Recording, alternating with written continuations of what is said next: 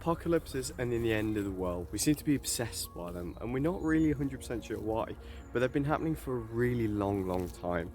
For example, as far back, the first dated recorded episode of this ever was 2800 BCE, where there was an Assyrian tablet stating something to the effect of, "The end of the world is evidentially approaching."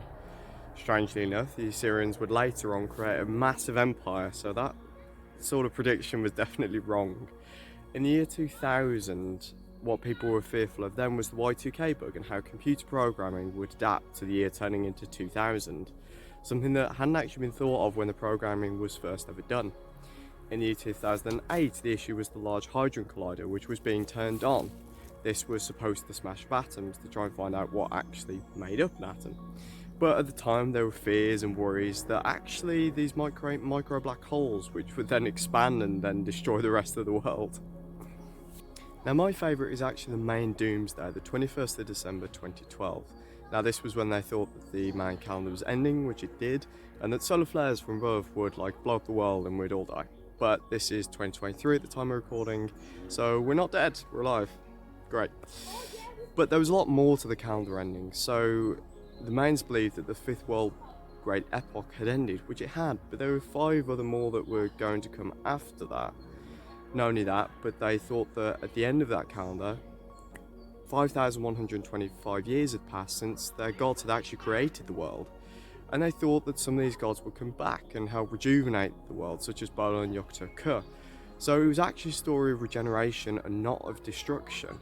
Now, quite often with end of the world type theories and prophecies and things like that, the cultural, social and political context and crisis at the time actually help inform what form that end of the world will take. But predictions of the end of the world can sometimes make money and cause a conflict between science and narrative. Halley's Comet is a celestial rock body that has been making an appearance for around the last 2,000 years, showing up in the night sky approximately every 76 years or so. The first account of it was in 240 BCE, and the closest that it ever came to the Earth was in 837, when it was as bright as Venus. The comet's showing of 1910 had a tail that was 80 kilometers in length.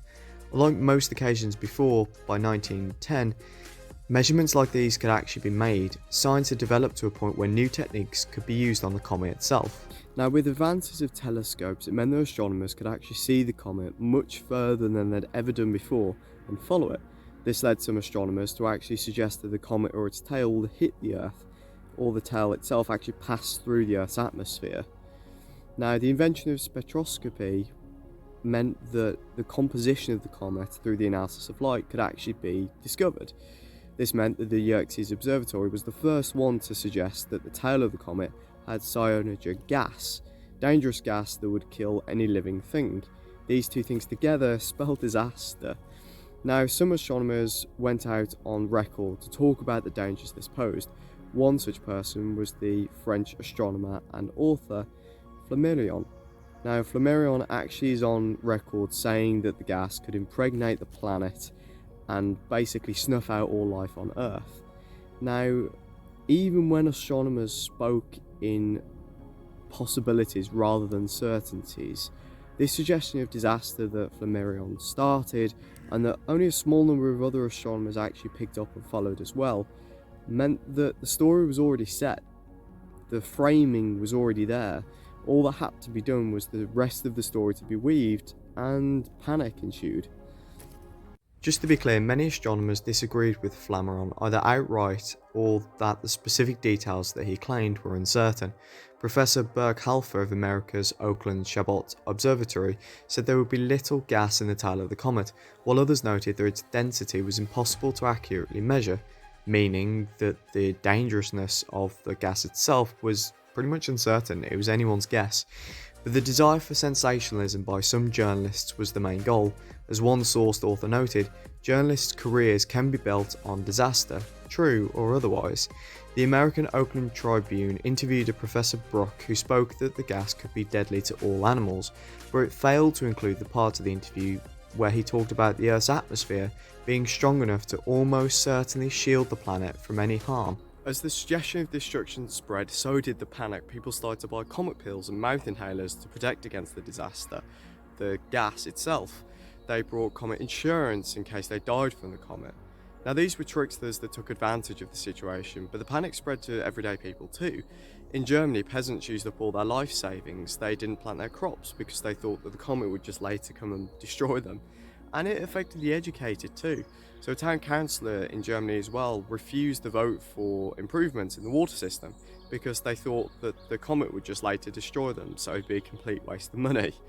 But it's important to understand as well that the people themselves believed all this stuff. So in America, 2 tricksters who were trying to sell fake pills got arrested by the police, and it was the people themselves that actually got them out of jail, not the police themselves. Importantly, the press reported on this, making the widespread fear grow.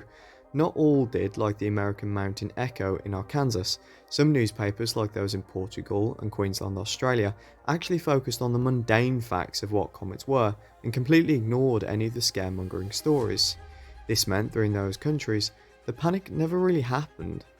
So, what does actually all of this mean? Well, it shows that the press, the wider media, can have a massive influence on the way people think and the way people act, especially when they report on stories related to what the panic is, whatever that might be, because it leads to the suggestion that everyone's doing it everywhere, when in fact it might actually only be a small minority of people in a particular location.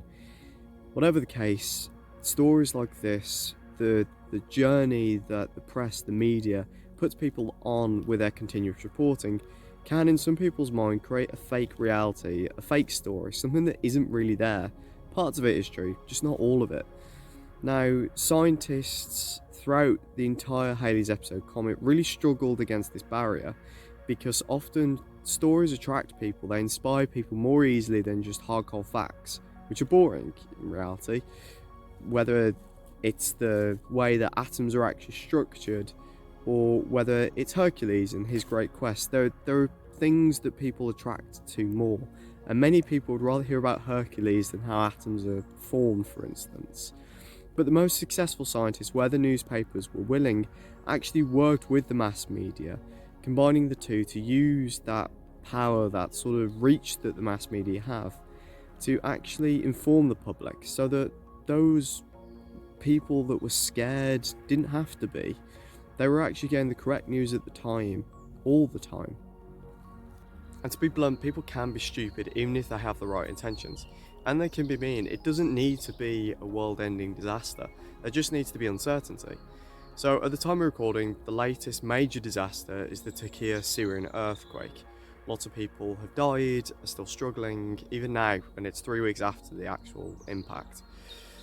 But even in all that suffering, tricksters, just like in Halley's Comet took place, scammers try to get people to donate to fake causes, but rather than actually give those funds to charity or to actually the people that really needed them, they just put them in their own bank accounts. Some were bad and quite clearly just an attempt at trying to scam you, but others were actually better. They were quite good. The more inventive ones actually used AI to make a fake image of a firefighter saving a child for sympathy. And these things were pretty widespread.